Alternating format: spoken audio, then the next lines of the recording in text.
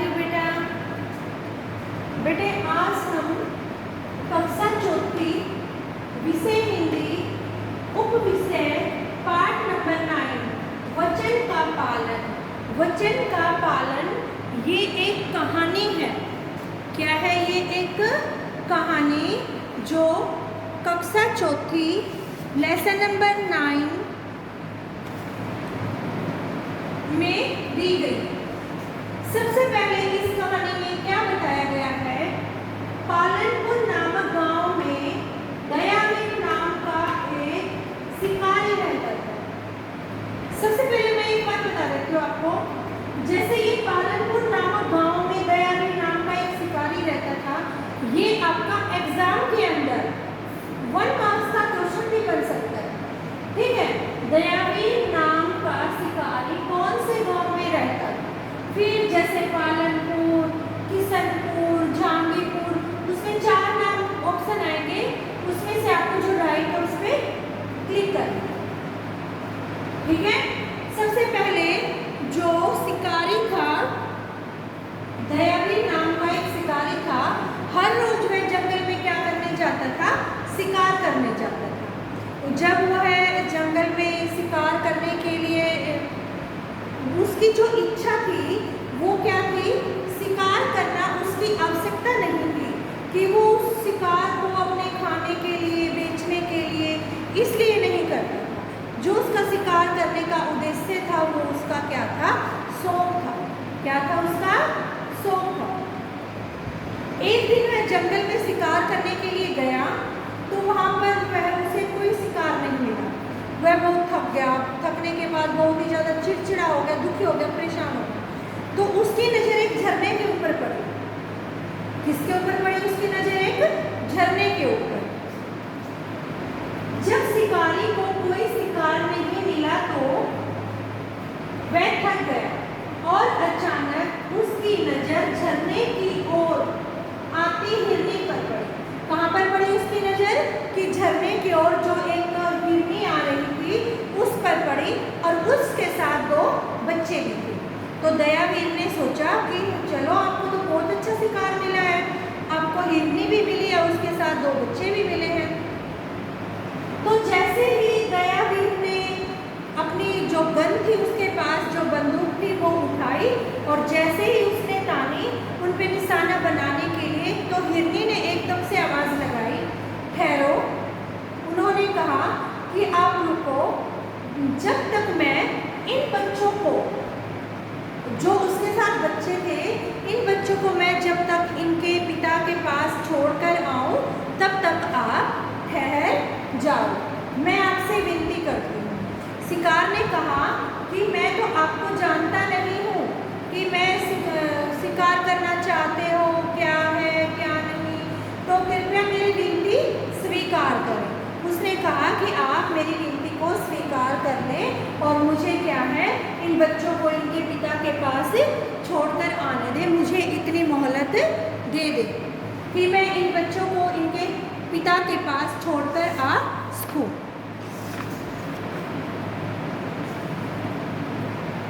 और फिर उसने कहा जब मैं इन बच्चों को इनके पिता के पास छोड़ दूंगी तो मैं आपके पास जरूर लौटूंगी, मैं आपको वचन देती हूँ इस बात को। उसने क्या किया?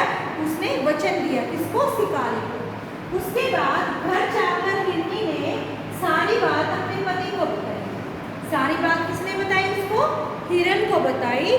जो जो बातें हुई कि शिकारी मिला ऐसे ऐसे, मैं उसको वचन देकर आई हूँ, बच्चों को आप रखिए, ये सारी बातें उसने उसको बताई। कि जो उसका पति था उसकी आंखों से क्या झलकने लगे? आंसू झलकने लगे। तो वो क्या करने लगी? अपने बच्चों को दूध पिलाने लगी। तो बच्चों ने दूध पीने से मना कर दिया, अपने बच्चों से प्यार करने लगी। ठीक है, फिर उसको पता था कि तू वचन दे के आई है, तेरे को वहाँ पर जाना है। फिर उसने कहा कि चलो हम भी तुम्हारे साथ चलते हैं। इसने हिरनी के पति ने कहा और बच्चों ने कि हम भी आपके साथ चलते हैं।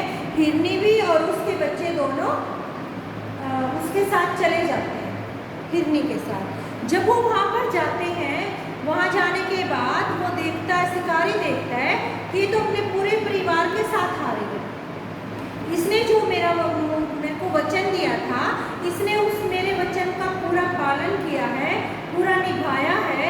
ये अपनी मतलब कि जो इसके साथ इसका पति और बच्चे आ रहे हैं, अपनी मतलब कि जान को देकर और अब जान की परवाह न कर ये वहाँ पर आ रहे हैं, मेरे पास आ रहे हैं शिकार के लिए। तो क्या था, जो शिकारी के हाथ में गन थी वो नीचे गिर गई। क्या थी, गन नीचे गिर गई। और क्या, जो शिकारी का जो सिर था, शिकारी का सिर लज्जा से झुक गया। लज्जा होता है शर्म, शर्म से झुक गया। और शिकारी ने कहा मुझे अक्षमा कर दो। शिकारी ने कहा कि मुझे माफ़ कर दो, मैं तुम्हें बहुत ही बलवान, शक्तिशाली, बहुत ही अच्छी मानता हूँ कि आपने मेरे वचन का पालन किया। आप मुझे माफ़ कर दीजिए, मुझे अक्षमा कर दीजिए। आज के बाद में, उसने कहा शिकारी ने, कि आज के बाद मैं किसी भी जीव का शिकार नहीं करूँगा। वो भी पढ़ लेता है। इस लेसन से, इस कहानी से हमें क्या शिक्षा मिलती है? समर्पण होता त्याग। जब हम किसी भी चीज़ को त्याग देते हैं, में बहुत शक्ति होती है। जब हम अपना लेते हैं कि हमें इस बुरी आदत को त्याग कर हमें अच्छे काम को करना है, तो हम जरूर से सफल होंगे। तो बेटा, ये है आपकी कहानी। इस कहानी को अब हम क्या करेंगे, जो हमारी पाठ्य पुस्तक है उसमें से रीड करेंगे, ठीक है। अब हम क्या करेंगे, वचन का पालन कहानी पुस्तक से रीड करेंगे। पालनपुर नामक गांव में दयावीर नाम का एक शिकारी रहता था। कौन रहता था? शिकारी रहता था। मैंने बताया ये क्वेश्चन आ सकता है। तो इस लाइन के ऊपर आप क्या करेंगे, अंडरलाइन करेंगे।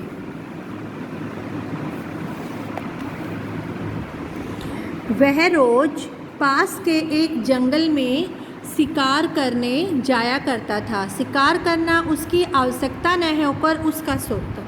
ये भी आ सकता है कि जो शिकारी है उसका शिकार करना आवश्यकता नहीं न होकर क्या है, उसका शौक है। उसका नाम भले ही दयावीर था, लेकिन दया उसका उसके हृदय में दूर दूर तक वास्ता नहीं था। एक दिन जंगल में बहुत घूमने पर शिकार नहीं मिला। शिकार न मिलने के कारण वह चिड़चिड़ा हो रहा था। ऊपर से उसे जोरों से भूख प्यास लग रही थी। उसके पास रखे कुछ भुने चने खाकर वह झरने की तरफ गया पानी पीने के लिए। अचानक उसकी नज़र उसी झरने की ओर आती हुई एक हिरनी पर पड़ी। उसके साथ जो बच्चे भी थे। दयावीर ने जैसे ही उन पर निशाना साधा तो हिरनी बोली, ठहर जाओ, मतलब कि रुक जाओ। दयावीर की उंगली थम गई। हिरनी ने कहा, मैं जानती हूँ कि तुम मेरा शिकार करना चाहते हो। इससे पहले कृपया मेरी एक विनती स्वीकार करें। आप मुझे बस इतनी मोहलत दे दें कि मैं अपने बच्चों को उनके पिता को सौंप सकूं। मैं आपको वचन देती हूँ कि मैं अवश्य लौट आऊँगी। हिरनी की बात सुनकर दयावीर बोला, क्या तुमने मुझे पागल समझ रखा है? दुनिया में ऐसा कौन है जो मरने के लिए किसी के पास आएगा? तुम्हारी बात पर कौन विश्वास करेगा? कम से कम मैं तो नहीं कर सकता।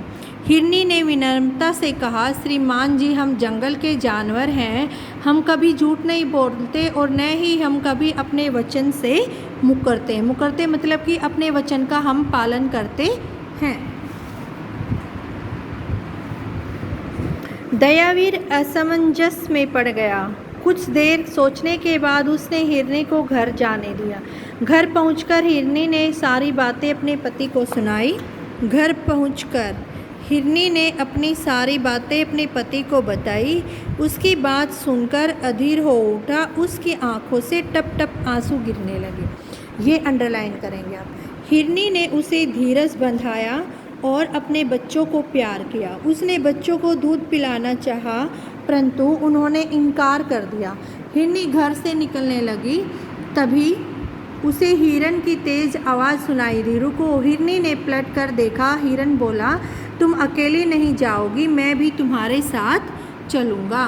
उस शिकारी को खून की प्यास जी भरकर बुझा लेने दो। यह कहकर हिरन अपनी पत्नी हिरनी के साथ हो लिया। दोनों बच्चे भी चुपचाप अपने माता पिता के पीछे हो लिए। 4 सदस्यों वाला पूरा परिवार शिकारी के पास पहुंच गया। वहां पहुंचकर हिरनी ने शिकारी से कहा, लो अब आप हमें मारकर अपना शौक पूरा कर लें। मैं तो अपना पूरा परिवार ही ले आई हूँ। चारों हिरणों की आंखों में आत्म गौरव की चमक थी। यह देखकर दयावीर ने आश्चर्य का ठिकाना न रहा। उसे तो विश्वास ही नहीं हो रहा था कि हिरनी प्राणों का मोह त्याग कर सपरिवार उसके सामने आ खड़ी हुई। बंदूक कब उसके हाथ से छूटकर नीचे जा गिरी, उसे पता न चला। उसके द्वारा किए गए सब काम पाप उसकी आंखों के आगे घूम गए। उसका सिर लज्जा से झुक गया। दयावीर ने हाथ जोड़कर हिरनी से कहा, तुमने अपने वचन का पालन करने के लिए अपने प्राणों का मोह त्याग दिया। तुम्हारे पति और तुम्हारे बच्चे ने भी तुम्हारे साथ मरना स्वीकार किया। तुम सब महान हो, मुझे अक्षमा कर दो। मैं भविष्य में कभी भी जीव हत्या नहीं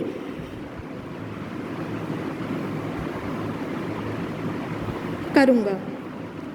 इतना बोलकर दयावीर की आंखों से आंसू झलक उठे और वह लौट गया, वापस अपने घर चला गया। शिक्षा, समर्पण, त्याग में बहुत शक्ति होती है। तो स्टूडेंट्स, इस लेसन को आपने रीड करना है और फिर अच्छे से जो अंडरलाइन किए हैं वो आपने लर्न करना है। ठीक है?